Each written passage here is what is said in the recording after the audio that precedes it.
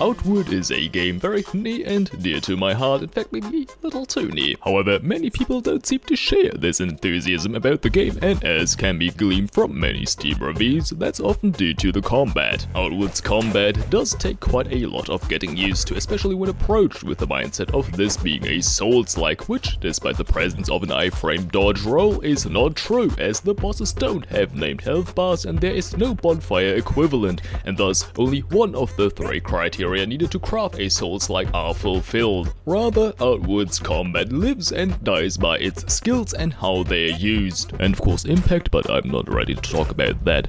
Not yet. Regardless, among the very vast library of skills, naturally there are ones that are better and ones that are worse, and one particular skill archetype consistently ranks in the upper half when it comes to strength, that being parries.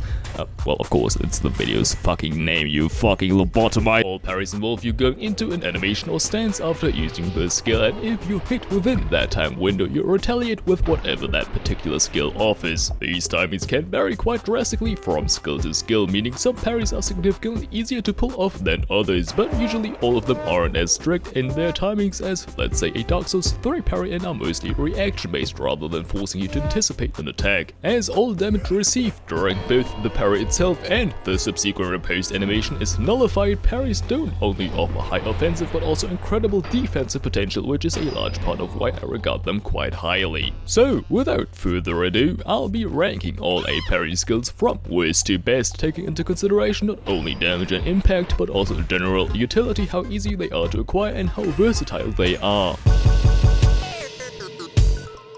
We're starting off with what I'd consider to be in the C tier with Mace Infusion. It is, as implied, only usable on one-handed maces and can be acquired either from Brock at the start of the game or from the crackhead blacksmith in Berg. It has you wave around your stick in a circular motion, and upon being hit by an elemental attack, infuses that element onto the weapon and also grants you the corresponding boon. Now first, as for the positives, it synergizes really well with the Spellblade skill tree, especially with Gong Strike. Also, in the early game, any variant of a mythical level weapon infusion is just ridiculously strong, oftentimes doubling your damage on paper. On paper is very important, as obviously most enemies are either resistant or outright immune to their own respective element, meaning that in most encounters the infusion is either useless or even a downside, as it also of course overrides any element previously applied. That said, some enemies, particularly Scourge enemies and ghosts, aren't resistant to their own element, meaning that you can get these mileage out of Mace Infusion in those cases, and with ghosts typically being highly weak to ethereal damage themselves, it can just completely trivialize the ghost pass, for example. So overall, with a very limited amount of quick slots, I really wouldn't care to use it later on, but with it kind of breaking the early game, it's still about average on aggregate. Moving into the B tier, we've got Symbion's Gambit, another weapon-specific skill acquired off of Barak, this time for spears. Now, before I list all the things I take issue with pertaining to this particular parry, it is still very solid, and unless you've spec'd into an unreasonable amount of active skills, it will probably find a place in a spear build.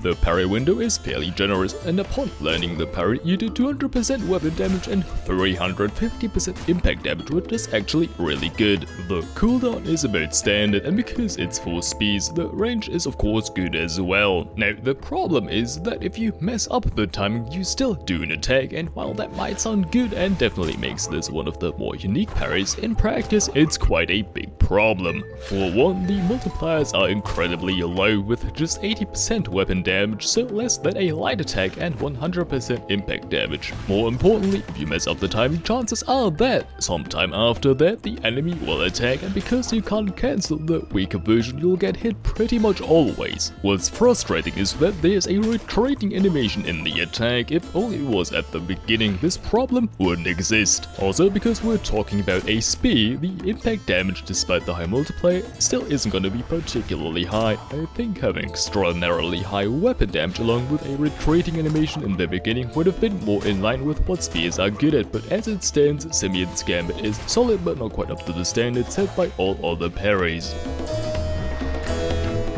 Warrior's Bane is the first and only DLC parry, and you'll have to excuse me, I've not used it a ton since like half of my game time was before the Three Brothers release, and also because Great Axes are some of my least used weapon class.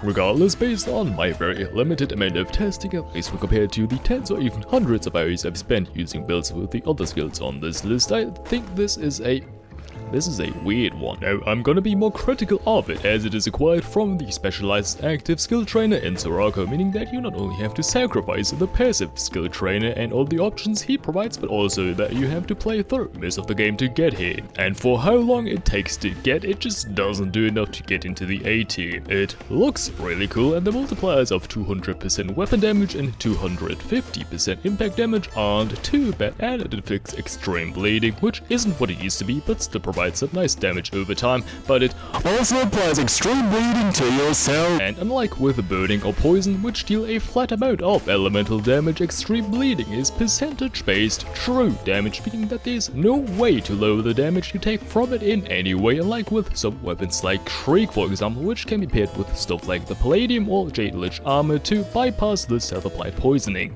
And for such an annoying downside, Warrior's Bane just plain as potatoes doesn't do enough when it comes to damage. Also, extreme bleeding can be acquired from a plethora of other sources. The Tortoise or Great Axe comes with the passively, and if you're using a Great Axe, chances are you've gone with the Wild Hunter, and two of his skills apply extreme bleeding as well. So, especially in the context of how late it is acquired and how steep the competition around one of the only 8 slots is, it'll have to stay in the B tier. The one saving grace it has is that its cooldown is only half as long as that of many other parries, but even that it should at least draw even in terms of damage, with Counter-Strike to really be a go-to option this late into the game.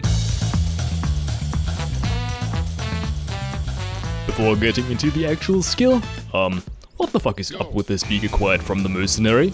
How does that make any sense? All of these are pistol skills, and having a lone shield skill. Why? I guess the passives are nice for a tank build, but I feel like this was supposed to be for the Spellblade, but they ran out of space on that skill tree. Well, regardless, this skill is really good. In fact, it's the first A tier. Similarly to Mace Infusion, you wave around your shield and infuse any element that makes contact onto the shield. If an enemy then attacks you while you're blocking with the infused shield, the infusion will explode, dealing damage and removing itself from the shield. Now, there's multiple reasons as to why this is significantly less shit than Mace Infusion. For one, since there's no other way to infuse shields other than this skill, there's also no issue with overriding any other potential infusion. And secondly, and more importantly, the damage and impact are actually really good. As well, Mace Infusion only gets value in the form of a singular element. Shield Infusion's explosion not only deals 200% shield damage in form of the infused element, but also 130% ethereal damage, meaning that even against obsidian elementals for example, you'll still get at least some damage. Also, you get a 200% impact multiplier, which might not sound phenomenal because it kinda isn't, but since all shields get very high amounts of impact damage at a baseline, you'll more likely than not still stagger the enemy and do all that while blocking. So rather than a balance of defensive and offensive utility, Shield Infusion doubles down into the defensive aspect and does it really well. The only problems are that by nature shields are a secondary option, and again tank builds don't really synergize that well with the mercenary other than the passives being good quality of life.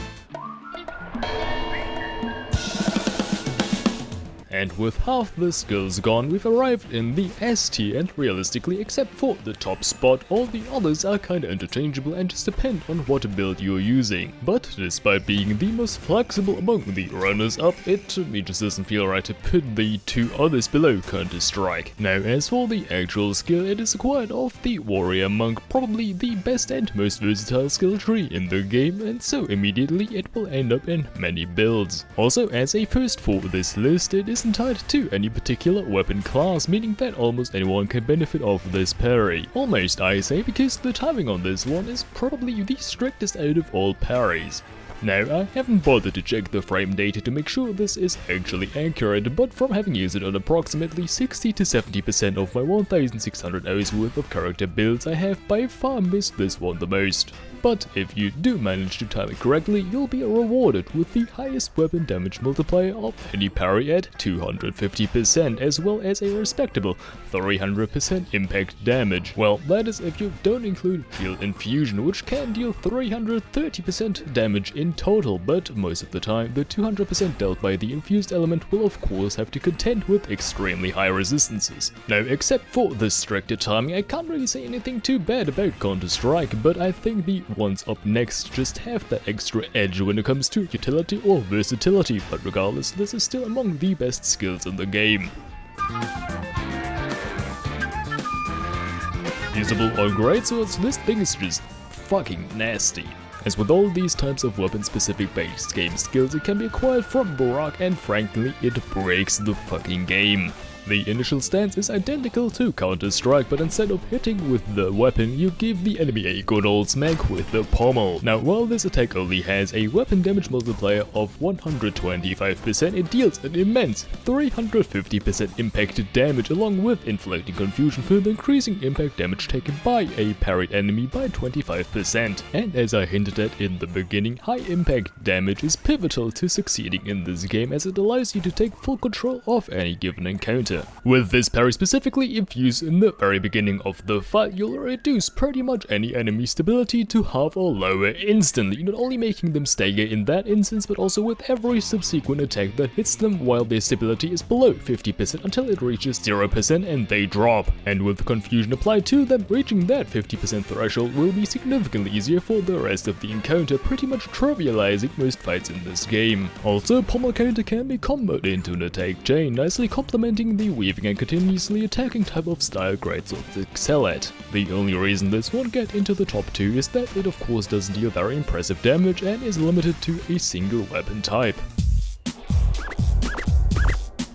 For an embarrassingly long time, I wasn't actually aware of just how fucking stupid this skill was. As with my monkey brain, the 600% multiplier on Opportunist Stab was simply too appealing to not immediately make use of as soon as both pain and confusion were applied, of course resulting in both debuffs being removed. But having done a complete rogue playthrough for the first time in probably years a couple of months ago, frankly, I don't know what to say. I am befuddled, bewildered, flabbergasted and flummoxed by the sheer impertinence exuded by this skill every time an enemy is groveling for clemency. Of course, only usable on daggers, this parry has you stab an enemy for 200% weapon and impact damage. Now, those numbers, they are pathetic. I wouldn't even get out of bed for that. However, if, as also required by the aforementioned Opportunist Stab, the enemy has pain and or confusion applied to them, something happens unholy enough to warrant a philosophical discussion about whether there even is a higher being, and if so, why their supposedly ultimate contrivance would endorse the mere idea of such blasphemy. When afflicted with pain, an enemy will also be applied with extreme bleeding.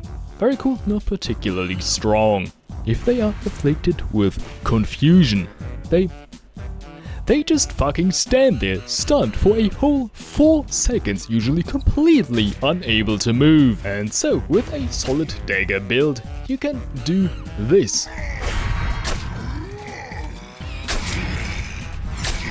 Yeah, this shit's broken and I fucking love it. Now, the reason for why it won't get the top spot doesn't have to do with its performance. In fact, if ranked on that merit alone, it would stand head and shoulders above the competition. However, considering that it can only be used on daggers, a weapon type only really good on a very focused build, and is also prone to just fucking missing against some enemies, it can't take the crown, which instead goes to...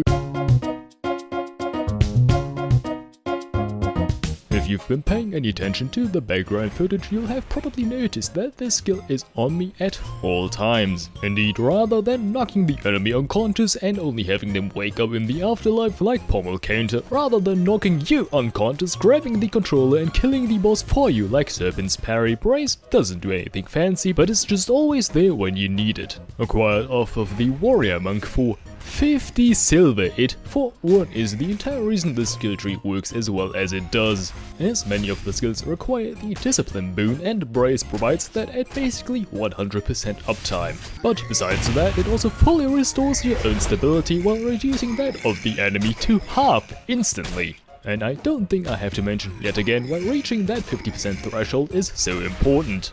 Oh, and have I mentioned the ease of use? The parry window lasts, well, as long as it fucking wants to apparently. Like, seriously, there's been so many instances to where I was sure I missed the parry only to still catch the enemy's attack with the last couple of frames. Of course, it's usable on all armaments. It can parry any single attack, including magic projectiles, all kinds of physical attacks, and probably the consequences of your poor financial decisions. Brace again is just there when you need it. It does exactly what it needs to get you the upper hand in a fight that you might have previously struggled with, irregardless of the build. It is, in my opinion, the best skill in the game with unrivaled versatility, and I am actually not sure whether I've ever made a build that didn't use it. So, there you have it, an objectively correct ranking of all the parries. If you disagree, you are wrong, but still let me know in the comments. Technically, the wiki classifies Brace, Shield and Mace Infusion as magic blocking skills, but they mechanically work the exact same way as all the other parries, so I see little reason to differentiate here. Also, you might argue that on Earring Reed and Mana Ward could count as well, but that would really be quite the stretch. Like, subscribe and turn on notifications if you like this, as I'm already working on a couple of other Outward ranking videos. Also, I am fully aware of this game's continuously diminishing relevance, and I do not care. I am sick of making Genshin videos. Have a good one.